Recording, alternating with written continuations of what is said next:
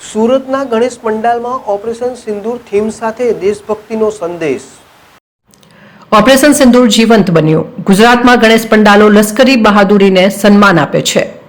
ગણેશ ઉત્સવ સુરત પંડાલ ઓપરેશન સિંદૂર સુરતમાં આ ગણેશ ઉત્સવ દેશભક્તિ, ભક્તિ અને સામુદાયિક ભાવનાના અનોખા મિશ્રણને પ્રતિબિંબિત કરે છે।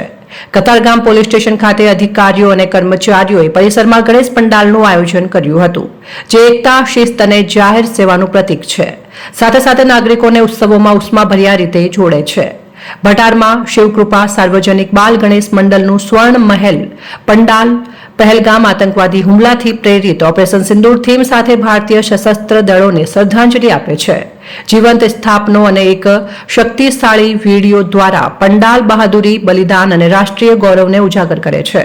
બંને પહેલ દર્શાવે છે કે પરંપરા અને સંસ્કૃતિ સમુદાયના બંધનોને મજબૂત બનાવતી વખતે ભારતના રક્ષકોનું અર્થપૂર્ણ રીતે સન્માન કેવી રીતે કરી શકે છે।